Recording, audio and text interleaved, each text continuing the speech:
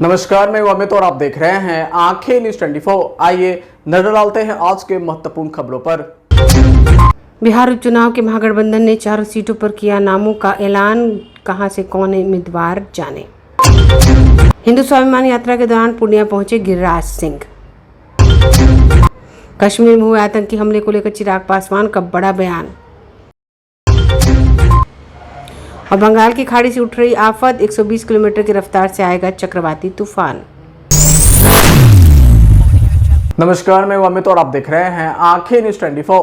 बिहार में 4 विधानसभा सीटों पर उपचुनाव के लिए महागठबंधन ने रविवार यानी 20 अक्टूबर को अपने उम्मीदवारों के नामों की घोषणा कर दी है। बता दें कि भोजपुर के तरारी से माले उम्मीदवार राजू यादव, गया के बेलागंज से आरजेडी उम्मीदवार विश्वनाथ कुमार सिंह, इमामगंज से आरजेडी उम्मीदवार रोशन कुमार मांझी उर्फ राजेश मांझी और कैमूर के रामगढ़ से आरजेडी उम्मीदवार अजीत कुमार सिंह को टिकट दिया गया है।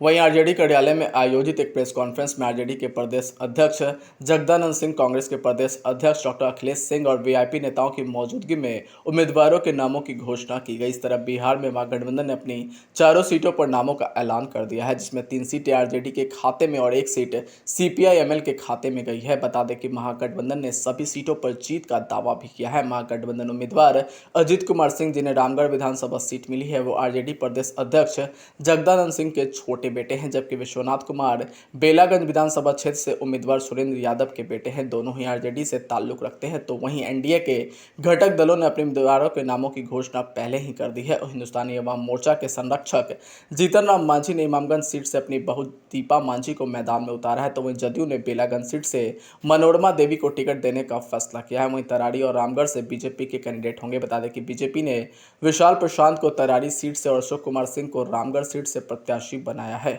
बता दें कि भोजपुर के तरारी, कैमूर के रामगढ़ और गया के बेलागंज और इमामगंज से विधायक सांसद बन चुके हैं। वहीं उपचुनाव में बीजेपी, जदयू, आरजेडी और भाकपा माले के अलावा प्रशांत किशोर भी अपने उम्मीदवार उतारेंगे। बता दें कि बिहार में 4 विधानसभा सीटों पर होने वाले उपचुनाव के लिए 25 अक्टूबर तक नामांकन पत्र भरे जाएंगे। 28 अक्टूबर को नामांकन पत्रों की जाँच की जाएगी। तो वहीं 30 अक्टूबर तक नामांकन वापस लेने जाएंगे। वहीं 13 नवंबर को मतदान और 23 नवंबर को मतगणना की जाएगी।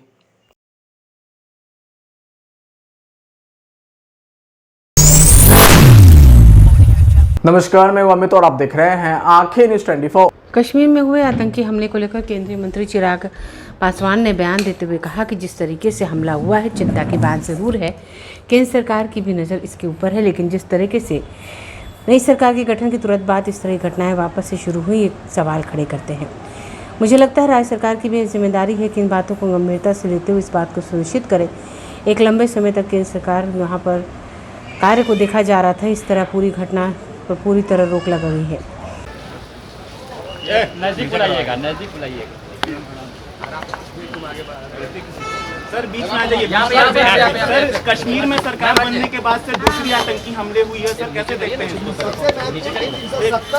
70 की बात करते हुए उमर अब्दुल्ला खत्म है, क्या उसका रिएक्शन है? ये अब ये उसका रिएक्शन है नहीं है, पर जिस तरीके से ये हमला हुआ है, ये चिंता की बात ज़रूर है।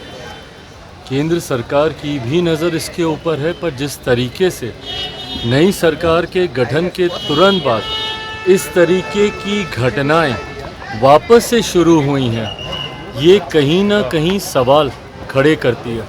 मुझे लगता है राज्य सरकार की भी ये जिम्मेदारी है कि इन बातों को गंभीरता से लेते हुए इस बात को सुनिश्चित करें। एक लंबे समय तक जब केंद्र के शासन में वहाँ पर कार्य को देखा जा रहा था, इस तरीके की घटनाओं में पूरी तरीके से रोक लग गई थी। पर पुनः अगर ऐसे हमले हो रहे हैं, ऐसी घटनाएं घट रही हैं, तो ये चिंता की बात है और राज्य सरकार को भी गंभीरता से इसको देखने की जरूरत है। हरियाणा में सर आप रिजर्वेशन को अलाउ कर दिया गया है हरियाणा सरकार के जरिए से। देखिए, भारत का संघीय ढांचा है, राज्य सरकारों के पास भी अपने अधिकार हैं। पर जहाँ तक रही बात इस विषय की, पहले ही लोक जनशक्ति पार्टी रामविलास इस बात को स्पष्ट कर चुकी है कि हमारी पार्टी की नीति इस सोच को लेकर एकदम स्पष्ट है। हम लोग नहीं समर्थन करते हैं इस बात को। मुझे लगता है जाति की नहीं, जमात की बात होनी चाहिए। और ख़ास तौर पर जब आप अनुसूचित जाति का जब आप जिक्र करते हैं, जिसका आधार छुआछूत रहा है, अनटचेबिलिटी रहा है, जब तक ये मानसिकता कुछ ऐसे असामाजिक तत्वों की जो आज भी छुआछूत के आधार पर भेदभाव की भावना रखते हैं। ऐसे में फर्दर बाइफर्केशन, सब क्लासिफिकेशन अगर इस तरीके से अगर होता है तो इससे कहीं ना कहीं जो हक हैं, जो अधिकार हैं इस पूरी जमात के, अनुसूचित जाति के, उसमें कहीं ना कहीं बाधाएं और ज़्यादा बढ़ेंगी, परेशानियां और ज़्यादा बढ़ेंगी। तो इस वर्गीकरण की का समर्थन लोक जनशक्ति पार्टी रामविलास नहीं करती। गिरिराज सिंह यात्रा पर निकले हुए हैं और उनकी यात्रा के बाद सर जो मूर्ति तोड़ने का मामला देखने को मिला है भागलपुर में, बोला गया है वहाँ पे तनाव व्याप्त है। क्या लगता है कि ऐसी यात्राओं से बचना चाहिए? जांच का विषय है इस यात्रा के कारण हुआ है या किस कारण हुआ है, बट जो भी ऐसे असामाजिक तत्व है कार्रवाई उस पर जरूर होगी। झारखंड चुनाव में सर क्या कहिएगा सर? वहीं आरक्षण को लेकर हरियाणा सरकार के फैसले पर चिराग पासवान ने कहा, भारत का संघीय ढांचा है, राज्य सरकार के पास भी अपने अधिकार हैं। पर जहां तक रही बात इस विषय की, पहले ही लोक जनशक्ति पार्टी रामविलास इस बात को स्पष्ट कर चुकी है। हमारी पार्टी की नीति इस सोच को लेकर एकदम स्पष्ट है। हम लोग समर्थन नहीं करते हैं। मुझे लगता है जाति की नहीं जमात की बात होनी चाहिए। और जब आप अनुसूचित जाति की बात करते हैं जिसका आधार छुआछूत रहा है, जब तक मानसिकता कुछ असामाजिक तत्वों के भेदभाव की भावना रखते हैं, इस तरह अनुसूचित जाति के हक और अधिकार में बाधाएं और ज़्यादा बढ़ेंगी। ब्यूरो रिपोर्ट, आंखें न्यूज़ 24।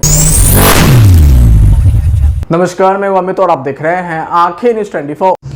हिंदू स्वाभिमान यात्रा के तीसरे दिन केंद्रीय मंत्री गिरिराज सिंह पूर्णिया पहुंचे, जहां गिरिराज सिंह का हिंदू संगठनों के लोगों ने जोरदार स्वागत किया। वहीं पूर्णिया पॉलिटेक्निक चौक से हिंदू स्वाभिमान यात्रा की शुरुआत हुई।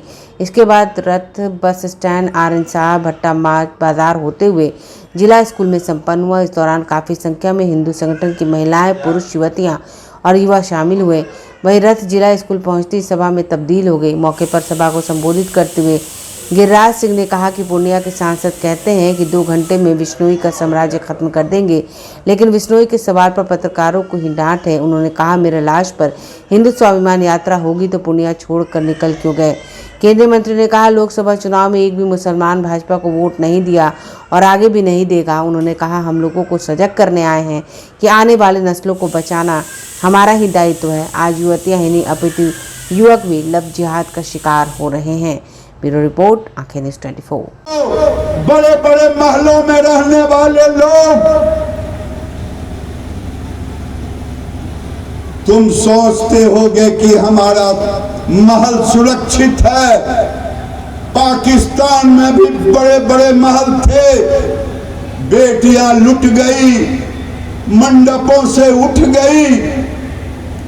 मुझे याद आता है 2015-16 में एक न्यूज चैनल दिखा रहा था, गौर से सुनना भाई, जो यहाँ हिंदू आए हो, बेटी आए हो, मातृशक्ति आई हो या गार्जियन आए हैं, या मेरी जुबान जहां तक जा रही है, 25-30 धर्म यात्रा के नाम पर वीजा लेके पाकिस्तान से आए थे।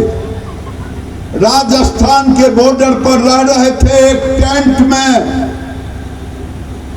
मीडिया वाले गए, कहीं आज आपका वीजा खत्म हो रहा है, आपको जेल जाना पड़ेगा।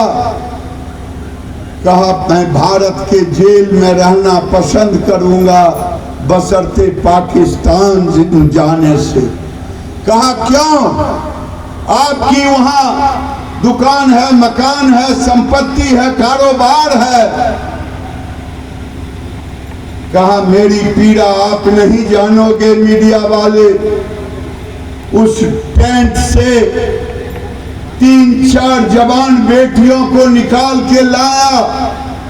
कहा, मैं 5 साल से इन बेटियों को घर से बाहर निकलने नहीं दे रहा हूं, स्कूल नहीं जा रही है, क्योंकि वो दरिंदे फिर घर वापस आने नहीं देंगे। क्या वही दिन पूर्णिया देखना चाहते हो कि वो दिन आएगा तब हम इकट्ठे होंगे? बांग्लादेश को देखना चाहते हो तब इकट्ठे होंगे? मैं तो चेताने आया हूं, जगाने आया हूं। मैं जगाने आया हूं कि जागो, न तुम्हारा कारोबार बचेगा, न तुम बचोगे। अभी तो 50% ही हुए हैं, तुम्हारे घर में तो बच्चे नहीं। चले जाओ अमौर और कस्बा, चले जाओ बायसी, जिधर जाओगे गुलगुल गुलगुल गुलगुल आवाज भी नहीं पता चलेगा कि कहाँ की आवाज है। और तुम अगर एक थप्पड़ भी गलती से तुम्हारे साथ अन्याय किया, तुम मार दिए, तुम बच के नहीं आओगे। लेकिन तुम्हारे गांव से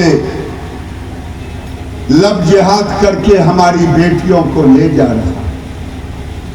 मैं चेताने आया हूं, मैं आपको जगाने आया हूं। मेरे सामने एक गाड़ी जिस पर भजन या गीत, मैं हिंदू बनाने आया हूं, हिंदू बना के जाऊंगा। मैं जगाने आया हूं, तुझे जगा के ले जाऊंगा। मैं नमस्कार, मैं अमित और आप देख रहे हैं आंखें न्यूज़ 24। बंगाल की खाड़ी से एक और चक्रवाती तूफान के उठने का खबर आया है। बताया जा रहा है कि चक्रवाती तूफान बुधवार यानी 23 अक्टूबर तक आ सकता है। इसको लेकर भारत मौसम विज्ञान विभाग यानी IMD ने रविवार को अलर्ट जारी किया है, जिसमें कहा गया है कि बंगाल की खाड़ी से उठ रहे चक्रवाती तूफान के चलते उड़ीसा और पश्चिम बंगाल के तटीय इलाकों में भारी बारिश होने की संभावना जताई गई है। वहीं मौसम विभाग की ओर से जारी ताज़ा बुलेटिन में बताया गया कि अंडमान सागर के ऊपर एक चक्रवाती परिसंरचना अगले 24 घंटों के दौरान बंगाल की खाड़ी के ऊपर कम दबाव के क्षेत्र में बदलने की संभावना है। वहीं मौसम विभाग के अनुसार यह सिस्टम पश्चिम उत्तर पश्चिम दिशा में आगे बढ़ेगा। उसके बाद इसके 22 अक्टूबर तक की सुपर डिप्रेशन और 23 अक्टूबर तक पूर्व मध्य बंगाल की खाड़ी के ऊपर चक्रवाती तूफान में बदलने की संभावना है। मौसम विभाग की माने तो इसके बाद ये चक्रवाती तूफान उत्तर पश्चिम की ओर बढ़ जाएगा। इसके बाद ये 24 अक्टूबर की सुबह तक उड़ीसा पश्चिम बंगाल के तटों के दूर उत्तर पश्चिम बंगाल की खाड़ी तक पहुंचने की संभावना जताई गई है। बता दें कि मौसम विभाग के मुताबिक इसके प्रभाव में उड़ीसा और पश्चिम बंगाल के तटीय इलाकों में 23 से 25 अक्टूबर तक भारी बारिश होने की संभावना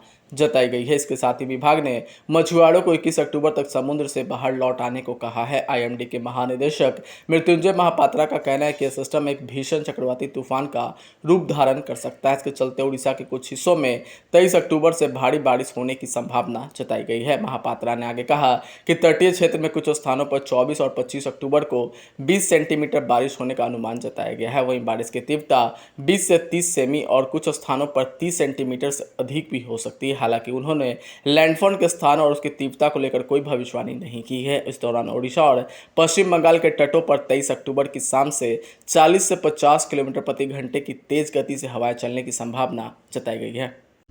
अगर आप भी अपने दुकान, प्रतिष्ठान, school, college, coaching centre, restaurant, cafe का विज्ञापन देना चाहते हैं, वो भी किफायती दर पर, तो आंखें न्यूज़ 24 लेकर आया है आपके लिए एक सुनहरा मौका। आंखें न्यूज़ 24 न्यूज़ पोर्टल की दुनिया में बिहार का सबसे उभरता हुआ चैनल, जहां बिहार झारखंड से जुड़े तमाम बड़ी खबरें देखने को मिलती है। तो देर किस बात की, आज भी जुड़े आंखें न्यूज़ 24 के साथ। संपर्क करें हमारे व्हाट्सएप नंबर 8935876430 पर। क्या आप पत्रकारिता के क्षेत्र में अपना कैरियर बनाना चाहते हैं? तो आज ही royal Ashoka institute of mass communication and journalism में अपनी जगह सुनिश्चित करें। आर्यभट्ट ज्ञान विश्वविद्यालय पटना से मान्यता प्राप्त 100% प्लेसमेंट के साथ royal Ashoka institute of mass communication and journalism नामांकन जारी है। हमारा पता है DS/16 गायत्री मंदिर के समीप, कंकड़बाग, पटना 8,20,000। आप हमें संपर्क भी कर सकते हैं। हमारा मोबाइल नंबर है 9955456126।